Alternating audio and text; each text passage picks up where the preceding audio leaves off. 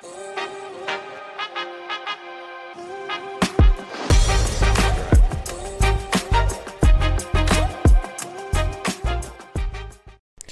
going on, everybody, and welcome back to the podcast. It's your girl, Shelly Nicole, with Drinks After Work with me, Shelly Nicole. How's everybody doing? I hope everybody had a great weekend. It was like an okay weekend. I didn't do much. Saturday I was supposed to go to a pool party for my nephew, and I ended up not being able to go because if you're not a resident of the said area where the pool party was, you were not allowed to go in. Whatever. So luckily, his mom called me and told me, like, hey, listen, don't come because they're giving people a hard time. So I ended up not going. So I had to circle back home. Luckily, I wasn't that far away. I think I was like 5 minutes away from my house when she had called me. So that's the good thing. But I was just so annoyed because I had bought him a card. I was ready. I had my swimsuit on. I was going to look cute, whatever the case is. And then I ended up not even going. So that happened. And then Saturday night went for some drinks with some coworkers. 2 of my coworkers are actually leaving to go to another agency. So we said our goodbyes and our good lucks and everything like that. And yeah. And then went to work on Sunday for 14 hours. Can I say that I'm exhausted? Yes, I'm exhausted. And did the same thing today. So, but it's for good reasons, trying to stack up the money as much as possible, get everything that I have to get done, pay your bills. And I have a trip coming next month. So I had to I don't have to go shopping because I have outfits from June when I was supposed to go away. That didn't happen, but I have those outfits, so I don't really have to get much of anything, but it's just like, a little extra coin never hurts, you know what I mean? So that's that. So today's episode, I actually did the live on Friday, I think. Friday or Thursday I did the live, right? And this episode, now I know I've been having the Drinks After Dark, and basically Drinks After Dark is just the summer version of Drinks After Work, because a lot of people are off in the summertime. If you're a teacher or if you have that leisure of having or taking more of the summer off, is kind of more of a time for you to relax. But a lot of this entire summer, I think I've just been doing things safe in a sense. I haven't really brought out the dark part. So I was like, you know what, for the rest of the month of August, we're gonna go dark. And when you think dark, you think uncut. You think raunchy. Yeah? So, this episode was actually brought to my attention when somebody mentioned it to me. And I was like, ooh, let's talk about it. So, the episode today is, it wasn't that good. Now, we're all grown. At least I'm hoping that whoever's listening to this and watching this, you're grown. Correct. So, when I say it wasn't that good, then you know exactly what it is I'm talking about. Yes, we're talking about sex. It was not that good. Have you guys ever had a bad experience in the bed? And it was just really? Now, I know this is not Christian of me to be talking about this. But again, we're going to keep it cute. We're going to keep it real cute. We don't have to get all into too much detail, okay? But it came to my attention because someone had said that so many people are just giving it out nowadays, and that's guys and girls. It's not one specific sex that's doing it more than the other. But this guy has said to me that he had sex with, I think, 4 or 5 different girls this summer. Bless his soul. Because what? I can't relate. I can't relate on any spectrum. It's been closed shop this summer. So he said he had sex with 4 or 5 girls, and he was like, if I had to rate them between a 1 to a 10 out of the 4 girls, I think it was 4 girls, maybe 5, I don't know. I'm gonna say 5. Out of the 5 girls, he gave 3 of them 1s, and then the other 2 were 10s. So in my head, I'm like, what qualifies for someone to be a 1 will qualify someone to be a 10. And had I ever had someone who was a 1 or like a 2, and I have, yes, I've had a, I've had a 2, and I give him a 2, like I said on the live. Like, this is nothing that I'm not saying that I already didn't say. I'm not going to name drop, so don't ask me who was it or where they're from. I'm not going to do that. But I've had a 2 before, and I was just like, I didn't know that it was a 2 until after. Like, after I noticed, like, okay, well, why am I not being able to do anything? Why is he always doing something to me? And again, we're keeping it peachy as much as possible. But why is it like he's always saying hello to my parts, but I can never say hello to his? And why am I never introduced to the train, and he never tries to pursue the tunnel? Told you I'm keeping it PG. Work with me now, okay? And I'm just like, okay, so why is that not the case? It wasn't until I saw the size of the train, and I was just like, oh, well then. That's I think Thomas the train is actually bigger than the train he had. So I was a little shook. I was a little taken aback, but I did end it. I did. We didn't continue talking. It was kind of like and it then brought me to the question of, is sex so important in a relationship? And honestly, I want to say yes. Like, some people will honestly sit here and say that it's not. One of my friends, he said that 60% of a relationship is based off of sex. And I do feel like that's the truth. I don't feel like it should be any more. My nose is itching. It should not be any more than that. But I do feel like we have put sex higher than that when it comes to relationships, and when it comes to finding or, being with that person. We've made sex very high, and the standards had to be extremely high.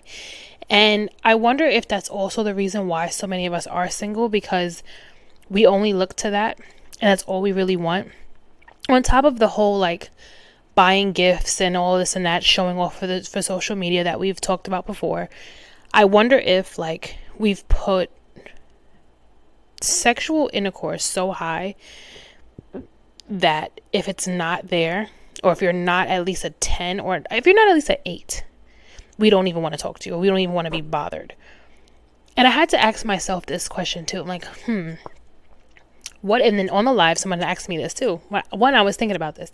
They said, when you put certain people, like, if you were to put a guy in a category, I guess, what are the 3 things that he would have to have? Actually, no, it wasn't on the live. It was somebody else who had DM'd me this question. It wasn't on live. And they were like, what would be the 3 characteristics? And sex having to be one of them. That has to be, like, this guy has to have. I need someone, first thing is, you need to know how to communicate. That's the one and the first thing ever. I'm sorry, like, my nose is so itchy. Like, I know you're looking at me like, why does she keep touching her nose? It itches, and just this nostril right here just itches. Communication has to be number 1. You need to know how to talk. If you don't know how to communicate and say exactly what's on your mind and what's bothering you, I don't know how much further this is going to go. Like, I cannot with the men who think that this is a game of charades. Like, I'm supposed to just figure it out, what's going on in your mind, and you're supposed to just tell me, like, I'm supposed to just, find clues and figure it out. We're too grown to be doing that. Speak your mind. You speak your mind about everything else. Speak your mind about how you're feeling. That's 1. 2, I like affection. I need affection. And if I don't feel or see you being affectionate towards me, I will feel like you don't like me. Like, that's just really, like, how I see it. And then I want to say, after that needs to be, what I said, communication, affection.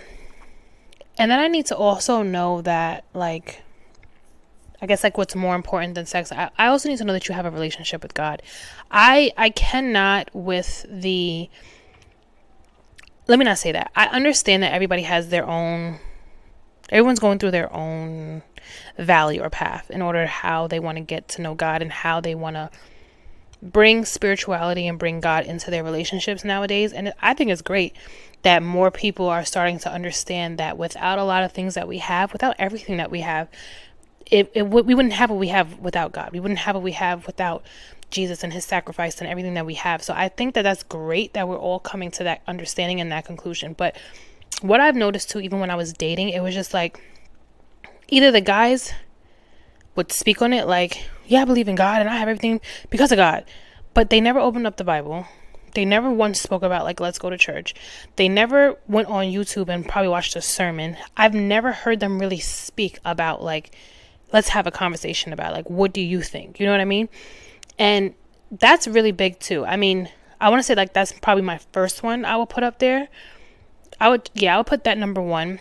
Then 2 is communication, and 3 is definitely affection.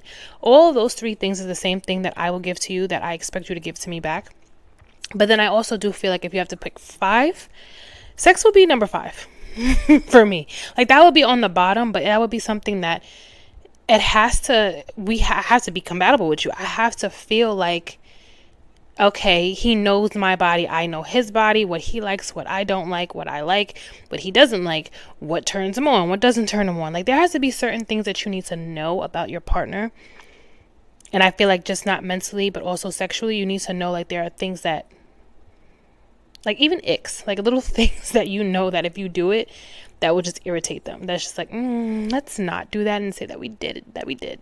But like I still feel like that's something that's definitely important. I feel like sex has to be up there. So I do see it, I can kind of see it as being 60%, maybe 50. Maybe 50, no, okay, let me not say 50. I'm lying to myself. Let me say 60. 65, 70% of the relationship does have to have a good sex life in it. Shout out to my Stanley Cup. Ever since I got it, I have not been like, first of all, I'm pissing like a racehorse, not gonna lie. I drink like at least 5 of these, 6 of these a day when I fill it up. So, shout out to my cousin for getting this for me for my birthday. But anyway, like I was saying, I just feel like it is a major part of your relationship, and it should actually be something that the both of you are taking serious, that you guys have like a compatibility when it comes to sexual wants and needs. I feel like it does take a toll when one person is not meeting the same sexual desires as you are. Like that would be like, think about it, like wouldn't that be kind of boring? Like, bro, I want not calling him bro, but it's like, bro, I want you to do this. And it's like, okay, that's another question that was asked on here too. Are you okay with teaching your significant other or your partner things that you like in the bedroom that they may not have necessarily done before? And I had to answer that question myself. And if I'm being honest, I said no. Because I kind of want you to like have this idea of like, this is what I know her body. Like I said, like I know her, I know her body. This is what I like. This is what I know she likes. So let me do it. But there are people who actually have to like learn their person. Someone else said, who said it? Was it Mr. Walker? Mr. Walker podcast. Go check him out. He's on YouTube as well. Mr. Walker, he said that he didn't think that it was okay for the, what he said? Something about like, if the sex is too good the first time, then it's not going to last. And at first I'm just like, wait, huh? Like, isn't that something that you want? You want the sex to be great the first time? He was like, no, you don't want it to be great the first time, because if it is, you have nothing else to look forward to. You already know how this person performs. Whereas I guess if you get someone who you have to teach, it's completely different. Now, again, it's everyone's personal. How you choose to go about your sexual life is how you choose to go about your sexual life. This is a judgment-free zone. What you do in the bedroom and who you do in the bedroom with is not my concern. But all I'm saying is, I don't know if I really want to teach someone. Like, you should know, like I said, you should just know my body. After a while, you're going to get to know my body. After a while, you're going to know, okay, if I kiss her here, this is like, that's her little spot. If I rub her here, she gets chills. If I do it, same thing for us. If I rub my nails that, like, up his back, that makes him feel like this. If I pull his ear, or if I, like, touch his ear, that makes him act like that. There's just certain things I feel like after a while, like when you're dating, you just start to get to know, like, certain touches, certain areas that's like, okay, this turns him on, that turns her on.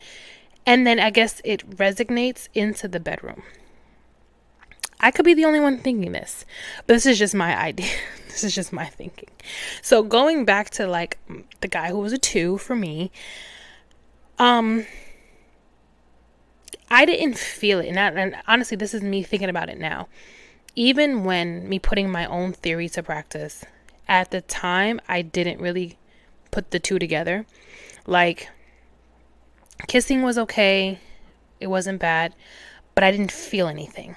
You know what I mean? Like, you know what I'm talking about when I say you didn't feel anything. Like, that spark wasn't there.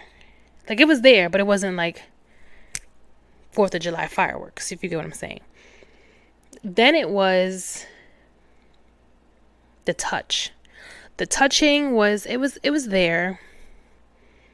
A little bit here and there, but it's like he didn't know how to just, like, even like an arm caress. He didn't know how to do that properly. At least for me. He didn't know how to, like, to properly touch me in a way that made me feel like, and ladies, you know what I'm talking about, like how you want to just melt in your man's hands when they just touch you a certain way. I didn't get that. No. And when I think about that now, even outside of him, the guys who, like, that I've dated or was in a relationship with, who I actually had sexual relationships with, because everybody who I dated, I did not have sex with. Let's just put that out there, okay? But the guys who I did, and the relationships that I was in, it wasn't, I want to say maybe 2 of them that I was just like, okay, you know me, you know my body, you really studied who I was and what I liked. Whereas everything else was just like, mediocre, bare minimum, little sprinkle, little razzle dazzle, but it wasn't like what you thought the person who would actually like you and want you would know how to handle you, if you get what I mean. So it was more, and the conversations on the live was hilarious. I'm telling you guys, I do my lives now. I've been doing it pretty persistent. I've been doing my lives on Wednesdays and Fridays. I do it on my personal Instagram, which is _sincerely Shelly, CHLLY, not CHELLY. And I'm trying to get more people into the Drinks After Work podcast. I always say this, but I try to get more people to get onto that one. That way I can live stream on there as well. But on my personal one, when I did the live, it was hilarious. Like, the guys, and I didn't think the guys would be so vocal, but they were very vocal about rating themselves. A lot of guys gave themselves 7s, 8s. They never gave themselves higher than that. I think one did. One probably gave himself like a 9 or a 10. But all the other guys were just very, like, humble in the sense of, like, I could be better, or if I really like you. And that's a thing too. Guys said that if they really like you, they give you your best. Which I guess makes sense. If you're just a wham bam thank you ma'am, they're probably going to only give you a 6 or a 7. Whereas if it's someone who's really into you, they're going to give you all of you. And I wonder if, like, as women, are we able to do the same thing? Like, can we give our all to someone who we really don't like? But then again, I also feel like that's how, I'm not saying that I did this, but I'm going to say it. Like, the fake moan. We're notorious for that. Women are we are notorious for giving fake moans. Mom, Dad, cover your ears. I have faked moan once. A few times. Let me not say once. I'm lying. It was a few times. I did. And I guess that's me just giving, like, my, okay. Ooh, yeah. It wasn't that good. And I guess I really wasn't into it either. So I think that's what made it difficult if I really wasn't into it. But I feel like, in that sense, I could have gave myself a 7 if that was the case. I could have gave myself a 7 if I'm rating myself on that situation. But guys do also rate themselves based on how they really like the girl. They'll give you what they feel like you deserve in that moment because this is how they feel about you. So that was interesting to find out, which I never really thought about guys actually doing that. Another guy actually mentioned how he rated himself based on the amount of liquor he consumed. Now, having sexual relations off of liquor is dangerous. That's how a lot of babies have come into this beautiful world. Well, chaotic world, but this beautiful world nonetheless, off of liquor. And especially dark liquor. I'm not going to say a certain name because we're not being sponsored here, but a certain liquor, a certain dark liquor that I think everybody knows, a lot of babies have been conceived by. But a lot of people say they're really more so on the tequila wave now. So that was interesting too. Having tequila sex instead of having dark liquor sex is different. Someone said that too. Someone also mentioned, or I asked, is vacation sex different from at home sex? And they said, absolutely. Vacation sex, you're doing it every single night. Whereas at home, you have all these responsibilities. So you're going to do it here and there, maybe once a week, maybe once a week, maybe twice a week. Some people have done it like once every 2 weeks.